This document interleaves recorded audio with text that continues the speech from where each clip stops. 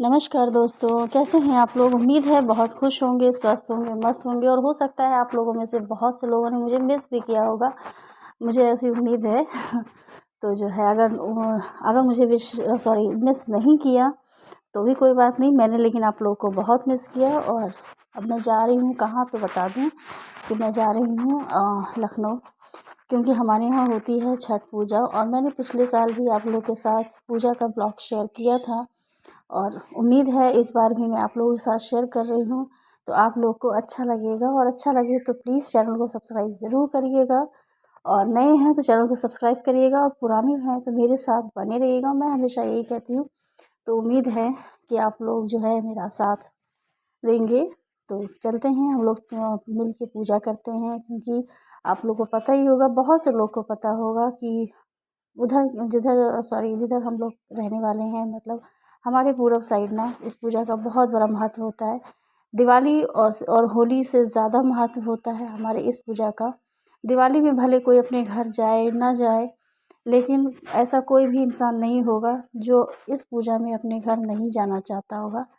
जाने में जितनी भी दिक्कतें होती हैं, सबका सामना करते हुए इंसान अपने घर तक पहुंच ही जाता है, क्योंकि ये ना हमारी श्रद्धा, हमारे जो है वो कल्चर से ज़्यादा ना हमारे इमोशन का त्यौहार है। क्योंकि इसमें घर के जितने भी सदस्य होते हैं, सब एक जगह पे, जितने भी गांव के, देहात के, शहर के, सब जगह जितने भी लोग फैले हुए हैं ना, सब लोग एक घाट पर एक ही जगह पे बिना किसी भेदभाव के, बिना किसी ऊंच नीच के इकट्ठे होते हैं और श्रद्धा से पूजा करते हैं। तो शाम के समय खरना होता है, खरना पूजा होता है, जिसको छोटी छठ भी कहते हैं। तो यहाँ मम्मी ना नहा वहा कर आ चुकी हैं, दिन भर व्रत रहने के बाद, निर्जला व्रत, क्योंकि इसमें पानी की एक बूंद तक गले में नहीं जाती है। यहाँ तक कि जो हमारी थूक होती है ना, वो तक हमारे गले में नहीं जाती है। तो आप सोच सकते हो कि कितना कठिन होता होगा। और यहाँ पर भाभी हैं जो उनको सिंदूर लगा रही हैं, क्योंकि अभी मम्मी पूजा करने बैठी हैं, जा रही हैं स्वयं पूजा करने के लिए, प्रसाद बनाने के लिए। क्योंकि जो व्रती होती हैं वही चूल्हा पूजन करती हैं और वही जो है प्रसाद चढ़ाती हैं। तो बस मम्मी नहा कर आ गई हैं और जा रही हैं प्रसाद चढ़ाने। तो हमारे यहाँ ना नाक पर से सिंदूर लगाया जाता है, और बहुत से लोग जानते होंगे हमारे इस पूजा में, स्पेशली हम लोग के यहाँ कोई भी पूजा हो, चाहे तीज त्योहार, कोई भी पूजा हो, नाक पर से ही सिंदूर लगाया जाता है। तो ये है मेरे मायके का घर। तो जो है बस पूजा शुरू हो चुकी है और अंदर ना मम्मी पूजा कर रही हैं। तो थोड़ी देर के लिए हम लोग बाहर आ जाते हैं, जहाँ पूजा होती है वहाँ से हट जाते हैं। और जब वो लोग जब प्रसाद चढ़ा लेंगी और थोड़ा सा मुँह जूठा कर लेती हैं, तभी हम लोग को जब अंदर बुलाती हैं तब जाते हैं। और तब तक जो है सब लोग बाहर आ जाते हैं घर के। तो इस तरह से ये खरना का जो पूजा होता है ना, वो आज की पूजा पूरी हो जाती है। तो केले के पत्ते पे प्रसाद को लगाया जाता है। केला का पत्ता है, बहुत छोटा छोटा है, नहीं मालूम चल रहा है। केला के पत्ते पे प्रसाद लगाया जाता है, और कहते भी हैं कि इसको कहते हैं न्योता देना। तो आप लोगों ने एक सॉन्ग भी सुना होगा कि केलवा के पतवा पर न्योता बिछोनी। तो ऐसे करके पूजा भी, एक गीत भी है जो हम बहुत ज़्यादा प्रचलित है। तो बस पूजा समाप्त ये वाली हो गई है। फिर उसके बाद हम लोग भी आ गए हैं माथा टेकने के लिए। तो और ये है मेरा छोटा सा क्यूट सा मतलब, जो जितनी बार सब लोग जो है छू रहे हैं ना, पैर छू रहे हैं और मत्था टेक रहे हैं, उतनी बार ये आके मत्था टेक रहा है। तो बहुत क्यूट सा।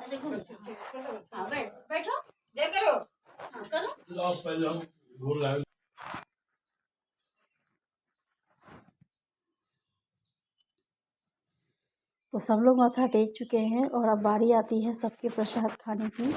तो चलते हैं प्रसाद को खाने, ग्रहण करने के लिए। और बहुत ही किस्मत से मिलता है ये प्रसाद, क्योंकि बहुत दूर दूर सब रहते हैं, और इस मौके पे एक जगह इकट्ठे हो जाएं और प्रसाद पा जाएं, ये बहुत बड़ी बात होती है। और नेक्स्ट डे हमारे यहाँ होता है छठ पूजा, जो कि छठ जो सबको पता ही होगा कि इस दिन बनता है ठकुआ। और ठकुआ बनने से पहले भी फिर से चूल्हे को साफ़ करके चूल्हे का पूजन किया जाता है। और जब तक पूजा नहीं हो जाती है ना, इस चूल्हे का दूसरा कोई इस्तेमाल नहीं हो सकता। तो ये हो गया चूल्हा पूजन फिर से, क्योंकि कहते हैं ना सबसे पहले अग्नि की पूजा होती है, अग्निदेव को बुलाया जो है पूजा होती है। तो चूल्हा पूजन बहुत ज़रूरी है।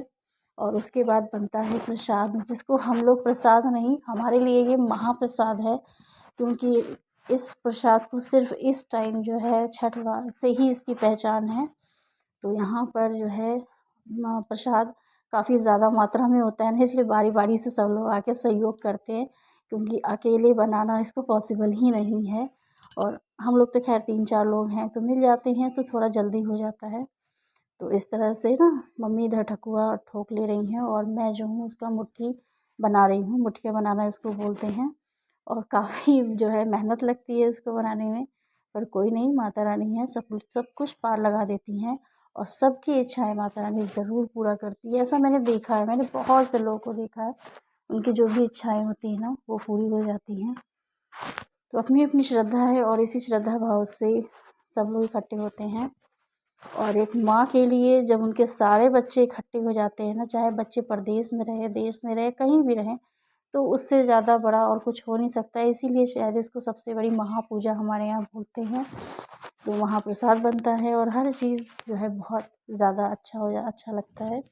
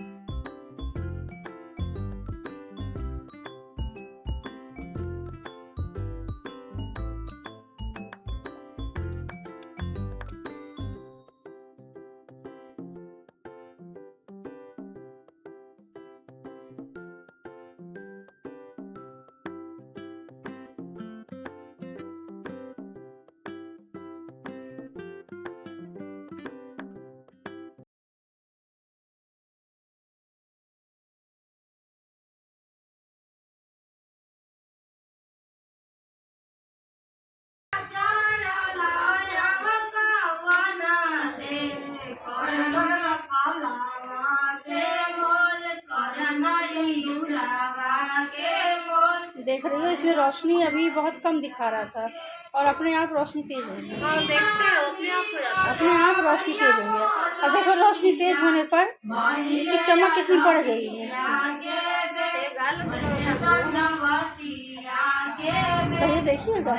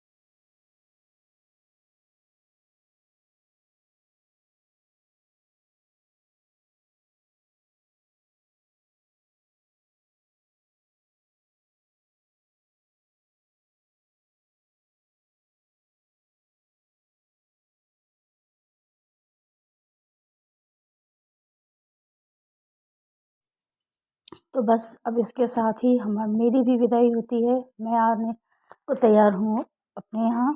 तो हमारे यहाँ कोछा दिया जाता है जब भी लड़की की विदाई होती है, तो उसके साथ कोछा जाता है। तो आप लोग को भी पता होगा, बहुत से लोग को पता होगा। और ये टाइम ना बहुत ज़्यादा भारी होता है, बहुत ज़्यादा भारी। चाहे जितनी भी उम्र हो जाए, चाहे जितने भी साल हो जाए, उससे कोई फ़र्क नहीं पड़ता। क्योंकि ये पल ना हमेशा ही भारी रहा है और भारी रहेगा। क्योंकि जो है विदाई किसको नहीं खलती, सबकी खलती है। तो बस इसके साथ ही मैं ब्लॉग का करती हूँ यहीं पर एंड। मिलते हैं नेक्स्ट ब्लॉग में अपने घर से। तब तक के लिए मेरे साथ बने रहिएगा और हो सके तो चैनल को सब्सक्राइब ज़रूर करिएगा। मिलती हूँ नेक्स्ट ब्लॉग में नई नई चीज़ों के साथ। मेरे साथ बने रहिएगा। तब तक के लिए बाय बाय। खुश रहिए, स्वस्थ रहिए और मस्त रहिए।